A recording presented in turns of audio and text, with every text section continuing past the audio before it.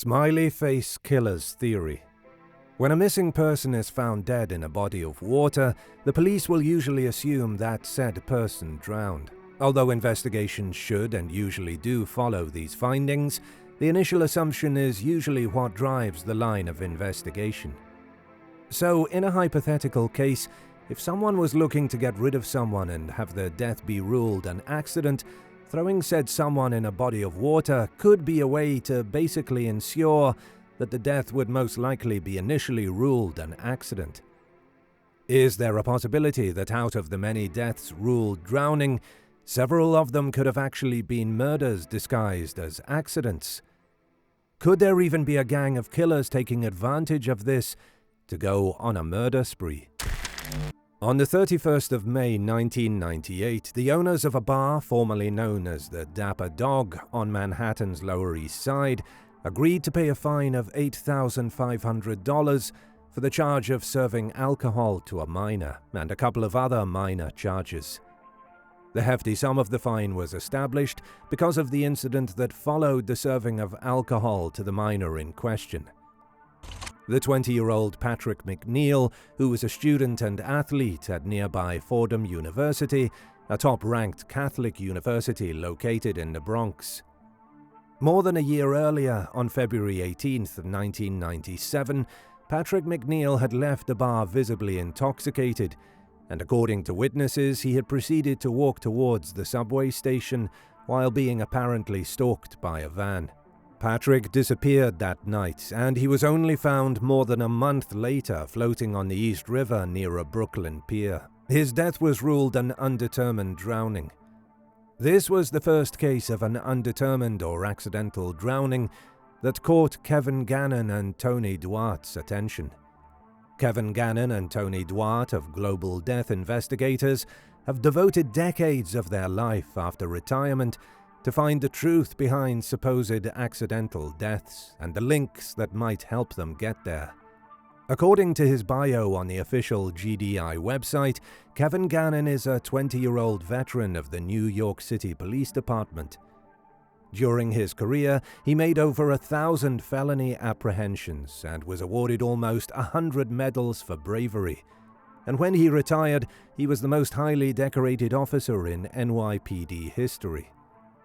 Tony Duarte's background, according to the same website, includes 21 years in law enforcement, honing his skills investigating homicide, robbery, burglary, and other high-profile crimes. He received several awards for his service and is an expert in state-of-the-art computer technology for data research and electronic audio-video recording devices for surveillance.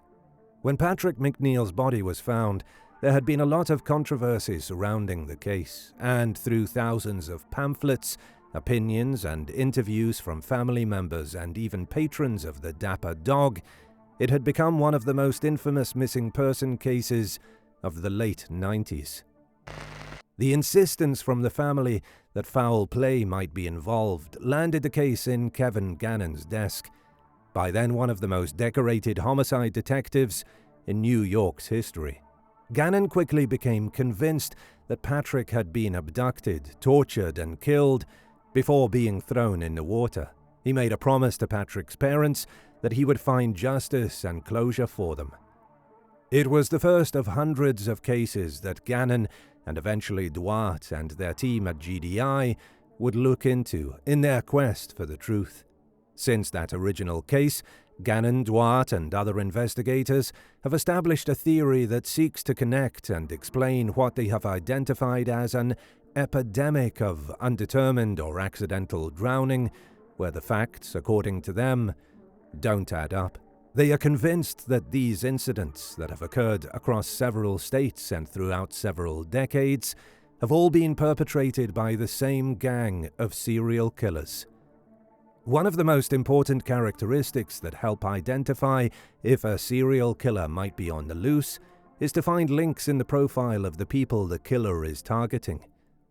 According to Gannon and Duarte, most of the victims that they have identified are college-aged white athletes. But considering the areas and types of incidents that are being investigated, which often involve heavy drinking in colleges and towns where the majority of the population is white, the similar profile of the victims might not be enough to establish a pattern. One other characteristic that helps identify serial murderers is the motifs present in each case, such as the cause of death, the locations where the bodies are found, or any possible sign left behind by the killer. Gannon and Duarte, while doing careful research on the sites where the bodies were found, identified the presence of smiley face graffitis near several of the sites. Thus, the Smiley Face Killer's theory was born. In total, they have investigated hundreds of cases and have identified at least 45 which they believe are related to the Smiley Face Killers. In 2014, they released a book titled Case Studies in Drowning Forensics, which presented 15 of those cases.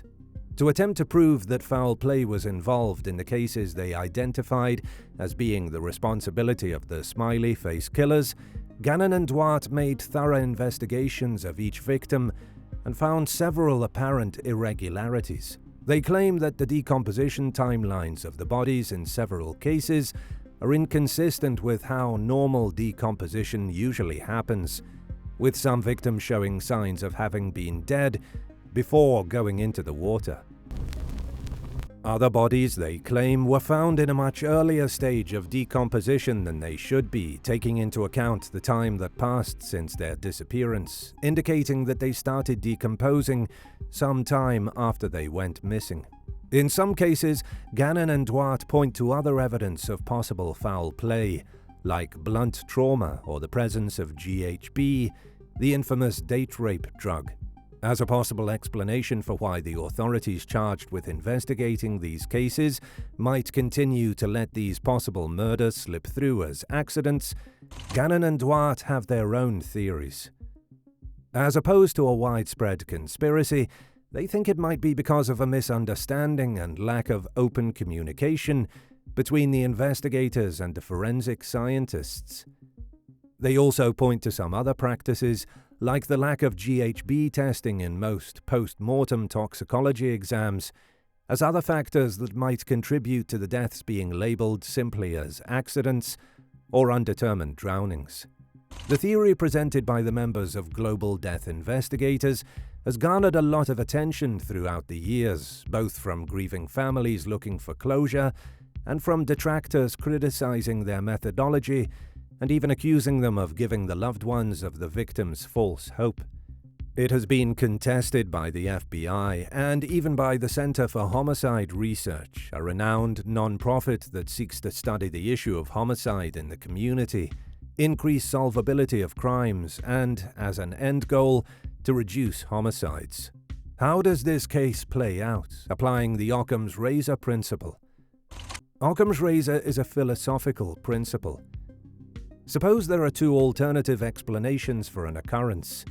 Typically, the correct explanation requires the fewest assumptions. The more assumptions an explanation requires, the less plausible it is. The razor of Occam is particularly applicable to the philosophy of science, yet it also arises in daily life. Let's apply Occam's razor to the Smiley Face Killer's theory.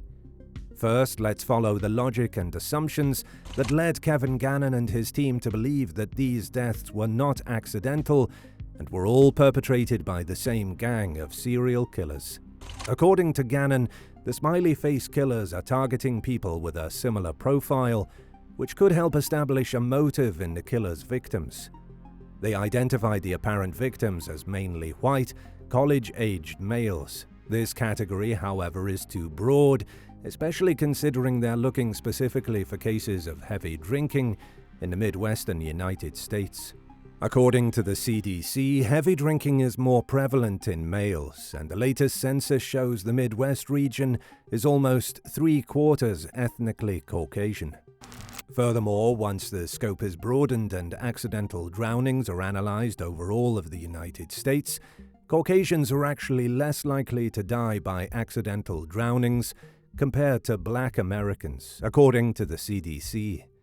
All of this makes it, at best, really implausible that there is an epidemic of white college-age students dying by undetermined drowning. If we concede the assumption that this apparent epidemic is happening, next we would have to establish that instead of it being related to a health crisis with alcohol or to other societal factors, this epidemic is actually not accidental at all, but a coordinated killing spree. Hence, there would have to be foul play in all the cases. One of the usual elements that Gannon and his team point to is the inconsistencies in body decomposition. However, body decomposition can't be consistently defined by a rigid timeline, since water temperature, insects, water composition, pollution, body coverings, including clothing, and a myriad other factors can affect the rate of decomposition in a body. Even though some of the inconsistencies that the GDI team claim to identify are extreme enough to warrant a second look, by themselves, they don't mean anything. Some of the other elements that the GDI team has identified, like blunt trauma or suspiciously ripped clothing, can be explained away by the victim's falls into the water, which could have involved hitting blunt objects like rocks or the edge of piers, or by currents filled with blunt or pointed objects, such as twigs or debris. As for the supposed presence of GHB in the victims' bodies, since most of this has been identified in independent studies, either commissioned or supervised by the GDI team, it would be hard to ensure the integrity of the samples and the results. Furthermore, GHB stays in the body usually no more than 72 hours, so the timeline of the tests in several cases doesn't add up. If we assumed that the extremely limited elements that might point to foul play do point to foul play, we still wouldn't be able to link all these apparent murders to the same killers, since we know that a relatively similar profile is not enough evidence in this case. What about the smiley face graffitis, though? Since their original findings were published, doubters and critics of GDI have pointed out that the smiley face is the most popular graffiti symbol not related to a gang in the United States. Some of the smiley faces found near the bodies were miles away, and there was no consistency in the style or colors of the graffitis themselves. Therefore, it seems extremely implausible that they were made by the same people. The other possibility we are faced with is that some mysterious deaths might just be tragic accidents, lives cut short by a combination of alcohol and really bad luck. The only assumption we would need to make in this case is that tragedies don't discriminate. They can hit any of us at any point.